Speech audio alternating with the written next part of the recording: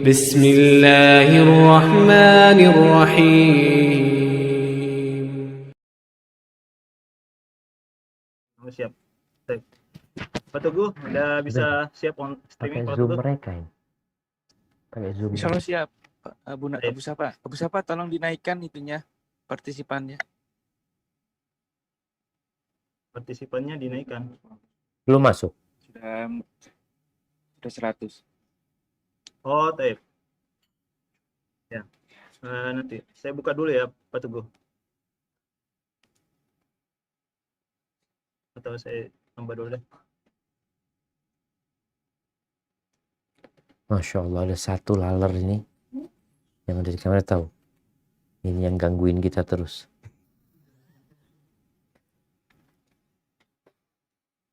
Bukan gitu, Bang. Nah, Pak Teguh udah saya tambah ya kapasitas meeting. Oke Pak Teguh ya, kita online. Baik, tafadhol Ustaz. Bismillah. Assalamualaikum warahmatullahi wabarakatuh. Waalaikumsalam warahmatullahi wabarakatuh. Innalhamdalillah nahmaduhu wa nasta'inuhu wa nastaghfiruh wa na'udzu billahi min syururi anfusina wa sayyiati a'malina. May yahdihillahu fala mudilla lahu wa may yudlil fala hadiya lahu. Asyhadu an la ilaha illallah wahdahu la syarika lahu wa asyhadu anna Muhammadan abduhu wa rasuluh sallallahu alaihi wa ala alihi wa sahbihi wasallam. Terima kasih Bapak-bapak, Ibu-ibu yang sudah hadir di ruang meeting sisi Damam pada hari ini. Jazakallah khair, terutama khusus kepada Ustaz Sunnah Dr. Syafiq Irsaba Salama dan tim di belakang layar yang membantu. Barakallahu fikum. Insyaallah beliau akan menyampaikan ilmu yang sangat bermanfaat buat kita hari ini. Insya Allah akan menebarkan nasihat-nasihat tentang apa yang kita cari di kehidupan ini. Nasihat tentang sampai kapan kita akan mengejar dunia. Insya Allah banyak faedah yang bisa kita petik dari kajian pagi ini. Mohon bapak-bapak, ibu-ibu untuk menyimak dengan tertib, membuat catatan bila perlu, dan tidak mengganggu peserta lain dengan menyalakan mic atau menyalakan video. Kami panitia akan mengontrol bila ada mic atau video yang terbuka secara sengaja atau tidak sengaja. Juga dengan di chat box bila ada percakapan yang tidak perlu akan kami kontrol. Mohon maaf untuk menjaga ketertiban,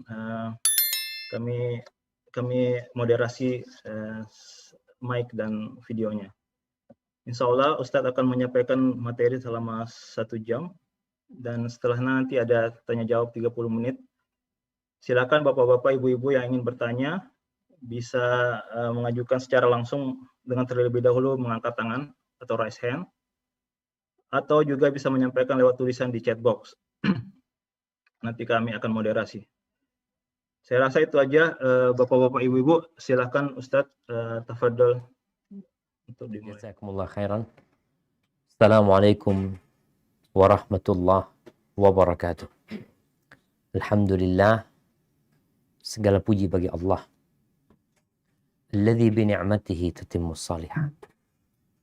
Yang karena nikmatnya kebaikan-kebaikan menjadi sempurna. Kadangkala masih ada yang merasa dia hebat, dia cerdas, dia pandai, dia pekerja keras, sehingga cita-cita yang dia raih adalah karena kehebatan dia. Dia lupa bahwa Allah lah yang memberikan segala-galanya. Kalau bukan karena Allah, kita siapa?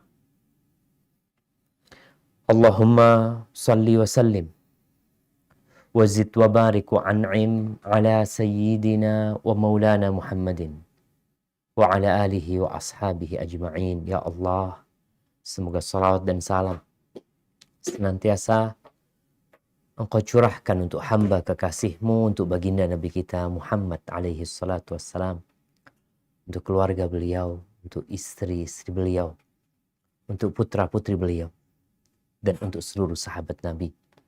Semoga Allah meridhai kita bersama mereka. Amma ba'd, hibbati fillah, khususnya teman-teman yang ada di Dammam dan sekitarnya ya. Ana punya kisah unik tatkala ana kajian di sana. Entah mungkin 13 tahun yang lalu. Ana berangkat untuk kajian di Jubel kalau nggak salah. Akhirnya pulang dari Jubel, berangkat ke bandara. Sampai bandara ketinggalan pesawat. Akhirnya pulang lagi waktu itu, tidur di rumahnya Ustadz Muhammad Alwi. Hafizahullahu ta'ala. Semoga teman-teman yang di sana selalu dijaga oleh Allah Azza wa Jal dan bisa istiqamah. Jamaah rahimakumullah. Buat yang merantau, meninggalkan negerinya, menuju ke berbagai penjuru dunia. Tentunya setiap orang yang merantau memiliki ambisi dan cita-cita.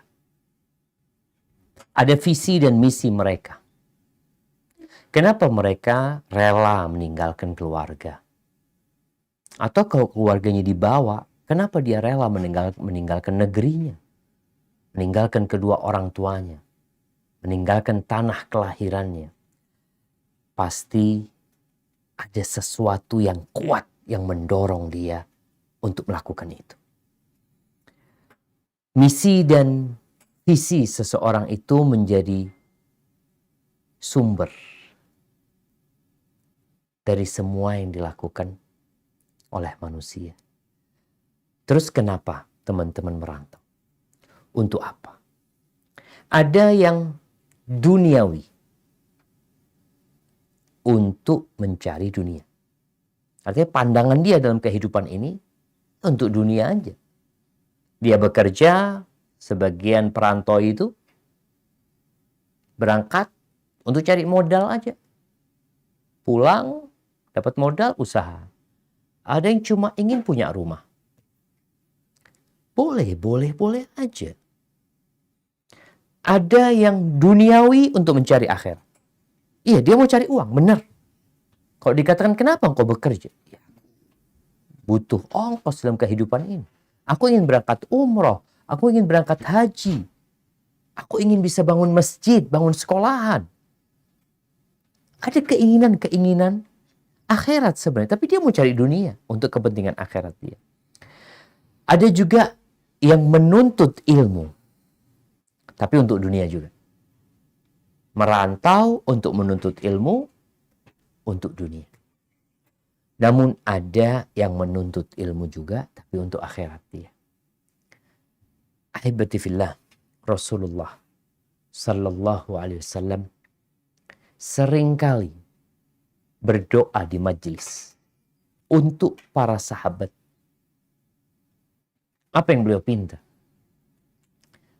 Beliau mengatakan, Allahumma la taj'al musibatana fi dinina. Wa la taj'alid dunya akbara hammina wa la mablagha ilmina. Yang artinya, ya Allah, jangan engkau jadikan musibah kami dalam urusan agama. Jangan sampai. Kita kehilangan mobil, kehilangan rumah, kehilangan harta, insya Allah bisa dicari. Tapi antum kehilangan iman, kemana antum cari? Sebagian orang kehilangan sholat. Dulu sholat dia. Ketika semakin kaya, perlahan-lahan sholatnya ditinggalkan. Atau kalau nggak ditinggalkan, mulai telat. Yang dulu tepat waktu, yang dahulu selalu di soft pertama, sekarang di soft terakhir masbuk. Apa penyebabnya? Itu musibah dalam agama. Anak kita gagal dalam perkuliahan. Wajar. Yang penting dia nggak gagal dalam sholatnya. Tetap sholat dia. Tapi ada yang sukses. mungkin menjadi orang terpandang, tapi agamanya bahkan hilang kadang. Yang kedua beliau mengatakan wala taj'alid dunya akbar hammina. Jangan jadikan dunia itu tujuan dan ambisi terbesar kami, ya Allah. Wala mablagha ilmina. Jangan jadikan dunia itu puncak dari ilmu kami. Yang dicari dunia. Berilmu pun untuk cari dunia. Duduk. Kalau sekarang semua ada di handphone. Coba kita lihat. Ada yang ketika pegang handphone, dia mau buka Quran. Ya Allah. Ada yang ketika pegang handphone, dia mau baca zikir-zikir. Tapi ada yang setiap pegang handphone, gak ada urusan akhir. Dunia aja. Alhamdulillah sekarang kita bisa mengecek ya. Sebenarnya dalam sehari itu, berapa kali kita membuka aplikasi Al-Quranul Karim. Bukan berapa kali ya. Baterainya berapa lama baterainya itu digunakan untuk itu.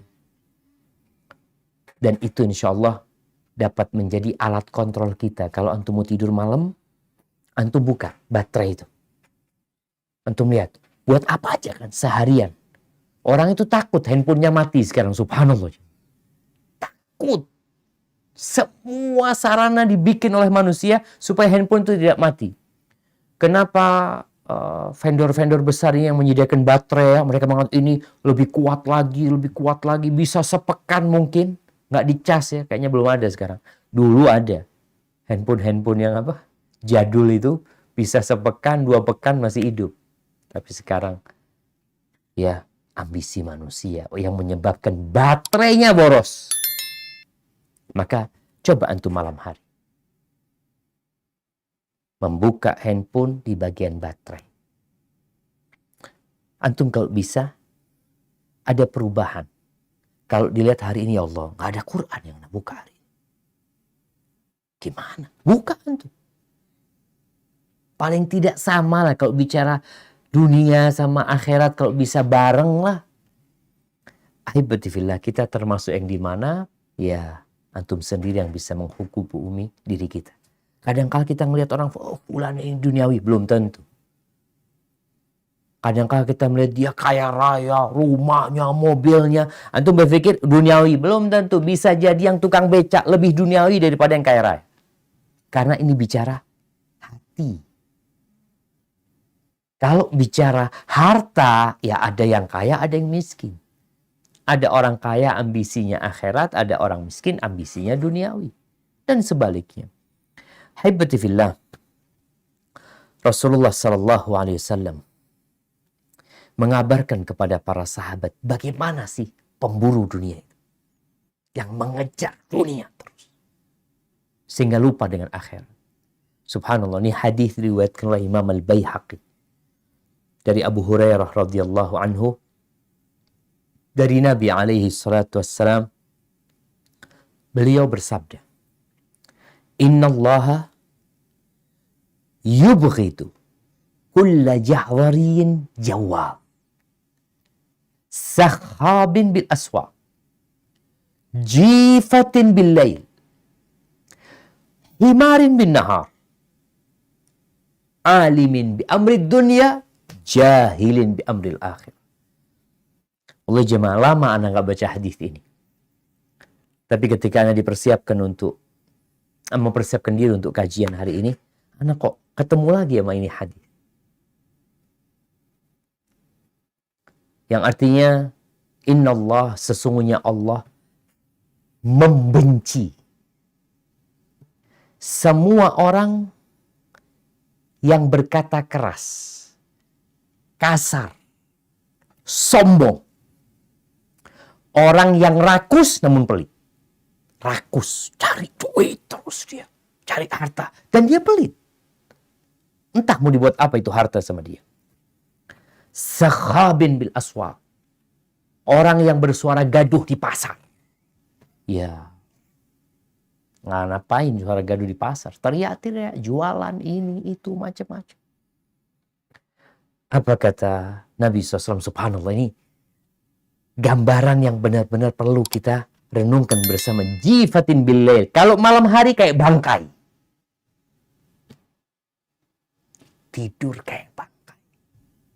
Nggak gerak. Nggak ada bangun untuk sholat malam. Nggak ada bayangan dia. Ya Allah, sepertiga malam akhir ya Allah. Aku ingin menghadap kepada minta akhirat. Sebagian orang bangun malam itu untuk cari dunia juga. Jadi orang sholat malam yang diminta dunia. Karena urusannya sulit ini itu. Subhanallah. Kapan minta akhirat? Sholat malam dipakai cari dunia. Cari akhirat. Tapi ada orang yang kata Nabi, jifatin billail. Jifah, bangkai di malam hari. Kita lihatlah bangkai. Himarin bin nahar. Di malam hari seperti bangkai, di siang hari seperti keledai. Allahu Akbar. Keledai itu kerjanya ngangkut barang ya. Ya sudah, dia berangkat ke sana, dia angkutin barang lagi, berangkat ke sana, nanti datang ke sini, cari dunia. Digambarkan seperti keledai yang bekerja untuk cari dunia. Yang ada dalam benak keledai ini cuma kerja aja. Makan, kerja, kawin, mungkin buang kotoran. Himar. Allahu Akbar. Keledai di siang hari. Malam harinya bangkai, siang harinya keledai. Alimin bi amrid dunia. Alim, ulama dia ini dalam urusan dunia. Pinter untuk cari fulus. Jahilin bi amril akhirah. Bodoh tentang urusan akhir. Wallahi jamaah. Ini orang dibenci sama Allah. Ya, tapi kadangkala kita tertipu dengan kehidupan dunia. Sehingga tidak peduli dengan bencinya Allah kepada diri kita. Ahibati fillah. Menyikapi dunia ini harus dimulai dengan ilmu tentang kehidupan dunia. Yang Nabi sebutkan tadi, sallallahu alaihi wasallam, itu orang alimin bi amrid dunia. Alim tentang urusan dunia. Tapi lupa sama urusan akhir. Bodoh. Maka kita perlu tahu nih, kita perlu punya ilmunya. Emangnya kenapa sih kita ada di dunia ini? Buat apa kita di sini? Apakah kita dulu di tempat lain sebelum berada di dunia ini? Nah, kita dulu nggak ada. Kita sadar keberadaan kita ini bukan karena keinginan anak. Anak lahir bukan karena keinginan anak. Keinginan orang tua, ya orang tua punya keinginan. Tapi berapa banyak orang tua punya keinginan, punya anak, nggak punya anak? Berarti ada yang ingin keberadaan kita di sini. Siapa? Allah Azza wa Jalla. Kemudian awal mula keberadaan kita di muka bumi ini ceritanya dari Nabi Adam alaihissalam. Coba kita buka Quran. Di surat Al-Baqarah ayat 35-36.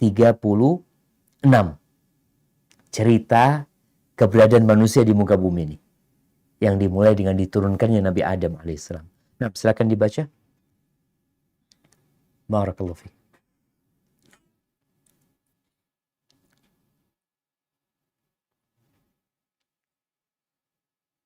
Silakan Cak Saifuddin.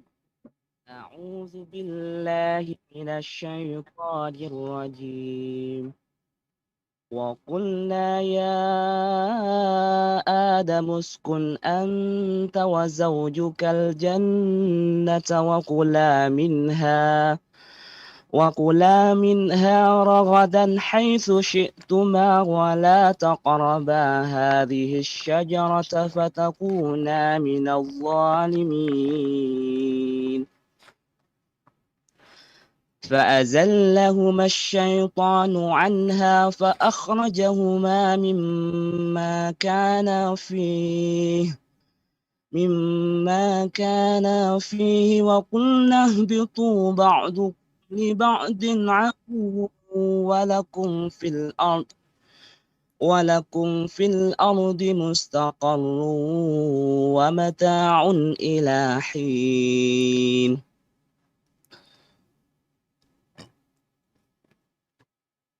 Artinya? Dan kami berfirman, wahai Adam, tinggallah engkau dan istrimu di dalam surga, dan makanlah dengan nikmat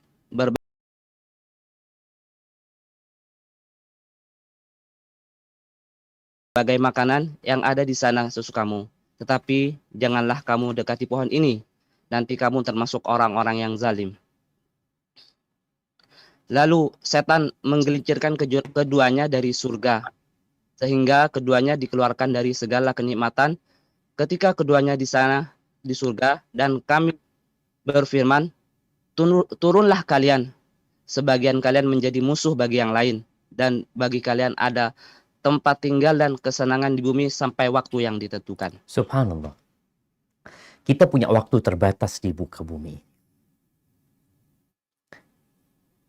Ada kesenangan terbatas juga. Kenapa? Karena kita bukan penduduk bumi.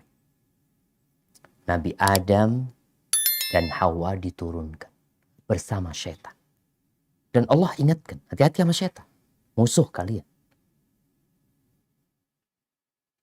Bapak kalian tuh, Adam dan ibunda kalian Hawa, keluar dari surga, keluar dari segala kenikmatan, turun ke bumi ini karena godaan syaitan.